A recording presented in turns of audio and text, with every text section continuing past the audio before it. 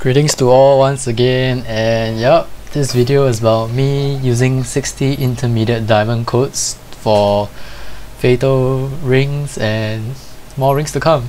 I only bought one ring because I thought that 60 diamond codes will probably only get me one critical potential using on 60, because I wasn't very lucky previously when I tried to code my Apocalypse sword.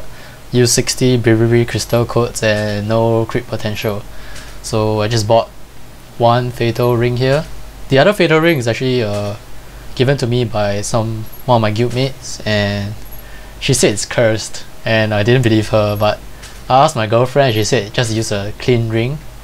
So I think the most important question most people will be interested with will be, where the heck did I get 60 diamond codes? Well, it is just from farming at Nameless Tyrant Tomb, in short NTT.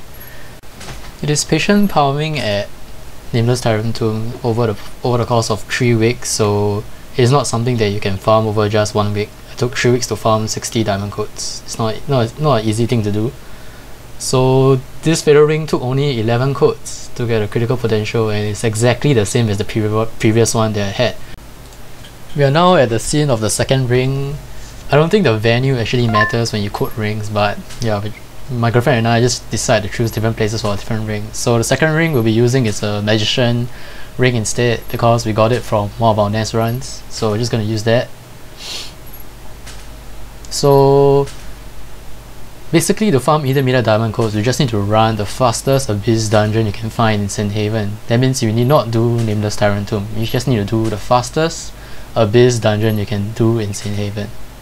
The more runs you do, the higher chances you have to get a diamond code, because more runs means more loot.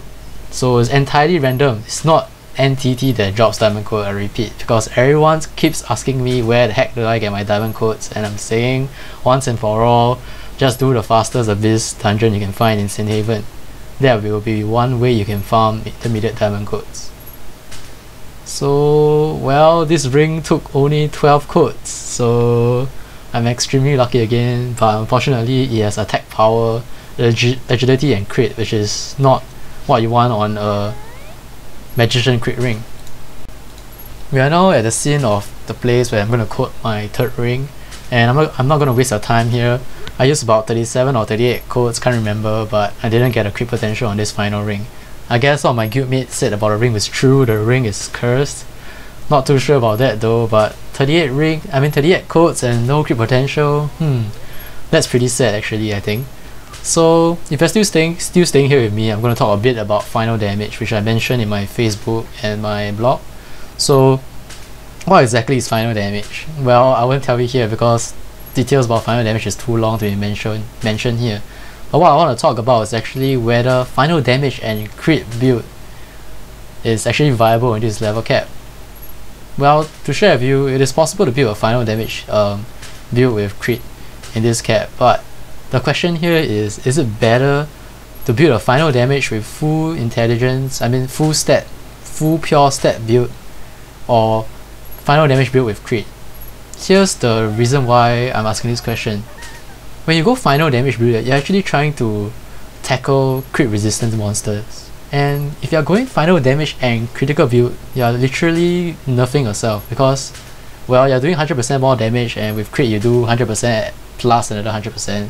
But when your crits get resisted, you're only doing 35% of your overall damage, and doing some simple math, you'll realize that you'll be doing lesser damage than a person that actually just went final damage build without crit. So that's one question to ponder. The second question here that I want to ask is, if you actually went final damage and you went pure stat, that means you went, let's say if I'm a Moonlord trying to do a final damage build, if I went full intellect armors and then I get measure attack for my third stat heritaries, and will my overall base damage be high enough to supersede that of a final damage plus crit build? If it does, then final damage plus crit build is actually literally useless, because if you're going final damage and crit build, first you need 17k crit for 50 cap, or let's talk about 40 cap, you need 10k. To achieve 10k crit, you need 3 to 4 third stat crit heritaries, and to do a final damage build, you also need final damage plates third stat. So your base damage is going to be very, very low because you need full wind crafted armors and you need third stat hereditary with crit, and that will mean that you will not have any hereditary to build up your base damage. So if we can find out that final damage with full stat build is actually better than final damage with crit, then there's no point going final damage and crit, because firstly you're nerfing yourself against crit resistant monsters, which is what final damage is for, which is to overcome crit resistant monsters. So that will be what my next guide will be about, which is whether final damage is achievable with this level cap, and if it's achievable, should you go final damage plus crit or just final damage and full stat build. That's all for my video today, and thanks for watching. Subscribe if you haven't, and we'll be announcing the winner for the Hound Plushie giveaway event in the next video.